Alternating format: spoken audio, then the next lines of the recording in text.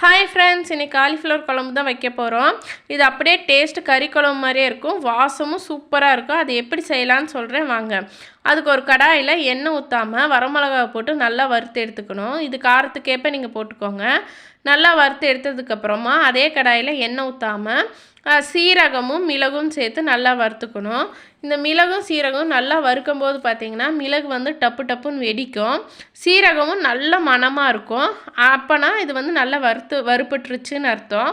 சிம்மில் வச்சுக்கோங்க, கருகிடக்கூடாது. சிம்மில் வச்சு நல்லா வறுத்து எடுத்துக்கலாம். இப்போ ஒரு பிளேட்டில் மாற்றிக்கலாம்.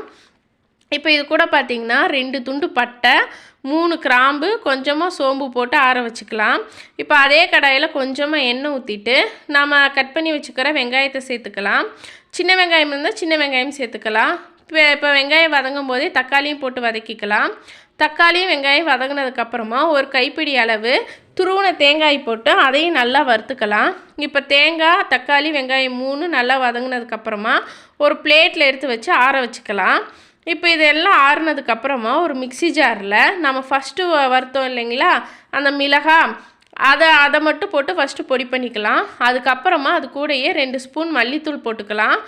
அப்புறம் நம்ம வதக்கி வச்சுருக்கிற வெங்காயம், தக்காளி அதையும் சேர்த்து நல்லா வந்து அரைச்சி வச்சுக்கலாம். மசாலா ரெடி ஆகிடும். அப்புறம் ஒரு கடாயில் எண்ணெய் ஊற்றி எண்ணெய் காஞ்சதுமே கடுகுளுந்து கருவேப்பிலை போட்டு சின்ன வெங்காயம் போட்டு நல்லா வதக்கிக்கலாம். இப்போ வெங்காயம் வதங்கும் போதே இஞ்சி பூண்டு விழுது சேர்த்துக்கலாம். இப்போ இஞ்சி பூண்டு விழுது பச்சை வாசனை போகிற அளவுக்கு வதக்கிக்கலாம். அப்புறமா இதுக்கு தேவையான அளவு உப்பு போட்டுக்கலாம். குழம்புக்கு தேவையான அளவு உப்பு போட்டுட்டு காலிஃப்ளவர் வந்து சேர்த்துக்கலாம்.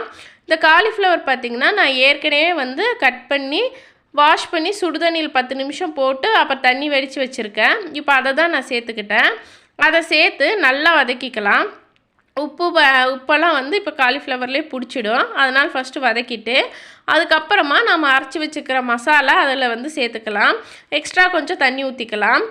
இப்போது இந்த மசாலா நல்லா கலந்து விட்டதுக்கப்புறமா கொஞ்சமாக மஞ்சத்தூள், அதுக்கப்புறம் மிளகாய்த்தூள் சேர்த்துக்கலாம்.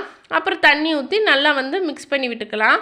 நான் ஃப்ளேவருக்காகவும் வாசத்துக்காகவும் கொஞ்சம் வந்து கரம் மசால் வந்து சேர்த்துருக்கேன். கரம் மசால் சேர்த்ததுக்கப்புறமா நல்லா மூடி போட்டு மூடி விட்டுருங்க. ஒரு 1/4 மணி நேரம் வந்து வேகட்டும். இப்போ 1/4 மணி நேரம் ஆயிடுச்சு. நல்லா பார்த்திங்கன்னா குழம்பு சுண்டிடுச்சு. கறியும் காலிஃப்ளவரும் பார்த்திங்கன்னா நல்லா வெந்துருச்சு. இது கறி குழம்பு டேஸ்ட்டில் அப்படியே இருக்கும். வாசமும் பார்த்திங்கன்னா நீங்கள் செய்யும் போதே வீடே வந்து மணக்கும். நீங்கள் கண்டிப்பாக ஒரு தடவை ட்ரை பண்ணி பாருங்கள் ஃப்ரெண்ட்ஸ். பாய்.